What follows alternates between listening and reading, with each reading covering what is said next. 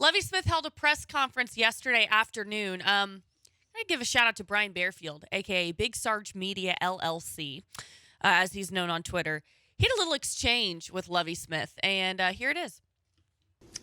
You tell me what happened. I mean, I can't remember back then. I'm kind of on to Denver now. The specific play you want to talk about? Well, you had sacks and you had penalties. Well, that's what happened. Sacks and penalties happened during that time. This was incredible. Sarge had asked him about, leading up to it, why Sure. is it that you made the decision that you made? And I think that Sarge was trying to give Lovie a chance to explain, hey, this is why I chose to punt the ball away in that spot. And I think the way that he worded it allowed for Lovie to kind of pounce and be a little snarky there.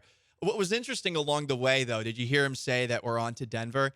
On to Cincinnati, baby. I got a question. Okay. Do you think that after a tie, that this locker room, that is an older locker room, has a lot of veterans, Yeah. is capable of putting a game where I don't think anyone was really 100% sold on going for the tie in the rearview mirror? I say yes only because, like I said, I think they're smart enough to know they're rebuilding, and they were not expecting a win to begin with.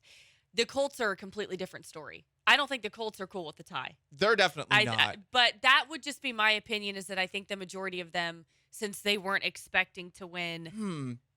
I don't know, though, because the beginning of the season, everyone has an unrealistic I think they know they're expectation not of going to be themselves. good. I think they know they're rebuilding. I think You're telling me Brandon Cooks and Rex Burkhead are like, yeah, we're going to beat the Indianapolis Colts. I feel like they feel optimistic. I mean, you saw Titus Howard say yesterday, we're building something special on Twitter. I don't believe him necessarily. They are building. I think, Tis not built. I think what you're talking about is what maybe the top of the organization feels.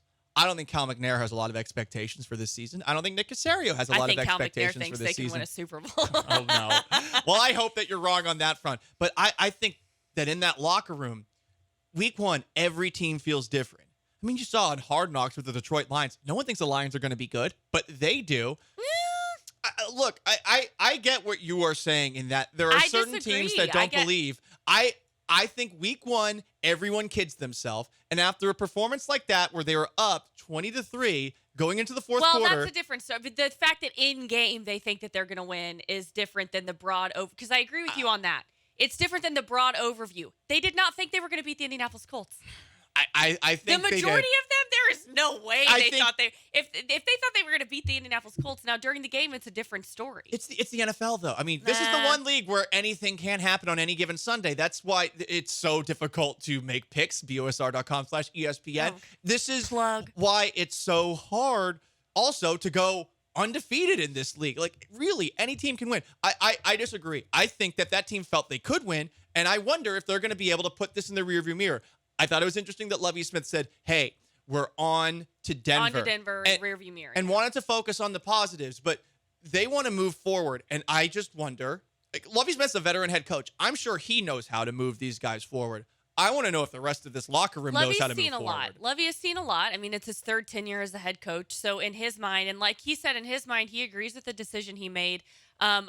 I'm glad you're staying positive. This is kind of a weird twist where I'm the more negative one. Lovie Smith was also staying positive in yesterday's press conference. How about a positive from yesterday? How about that O.J. Howard guy? Just been here a couple weeks, 2 big catches, and seriously just gave us something that we haven't, a little bit more to add with Pharaoh. And, of course, you mentioned Brevin. But you just look at what the tight end position was able to do yesterday. That's something to build upon, too. Lovie Smith saying, give us some love. I was going to ask him about some of the positive things, too.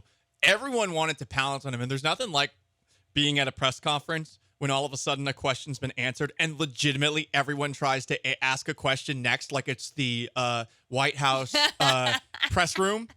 But that happened a couple of times yesterday. People were talking over each other, you mean? Oh, yeah, it was funny. funny. So they didn't have the mic situation No, going they didn't. on. No, I sat back and I enjoyed the chaos. I did get 2 questions in. We'll talk about one of his answers to the other one later, but he was getting asked a lot about punting and not going for the win. Understandably so. He also was asked about Dameon Pierce not being used a lot, and he at the very least admitted that it was maybe a mistake to not use Pierce as much as they did. But I think he felt on the ropes a little bit and wanted to say, look, we did do some good things. And you know what? They did. I mean, I almost get it though, because he was asked about that so much in post game, and obviously you're going to have the follow up. I do understand him saying there were other elements to this game. Hell, even if it is critiquing his use or lack thereof of Dameon Pierce, I do understand him saying, okay, like you guys, y'all have written your columns, like let's focus on the matchup with Denver to a certain extent, but it's still Monday. It's Monday. It's Monday. We're not on to. Denver hadn't even Tuesday played today. yet. It was Monday yesterday when this happened. Denver hadn't even played yet. So right. Now we'll see. Obviously, I'm not feeling great going into this week. I think Russ is going to be pissed off. We'll see if that actually helps. I will say in last night's game, there were a couple of moments where I was like, oh, these are some of the same bad habits that Russ had in Seattle, where he's throwing the ball downfield and he's not seeing things that are right in front of him, and his accuracy wasn't what it has been in the past. But anyway, I'm not feeling great about this game. No one should feel great about this game. Going on the road to Denver, it's tough to play in Denver. You got the altitude, and this is a team that just played in a overtime game that ended in a tie. You went the full 10 minutes in overtime. At the very least, they're on a short week, Denver, and they're coming back from Seattle. But I'm very curious as to if Lovie can turn the page for everybody else in this locker room.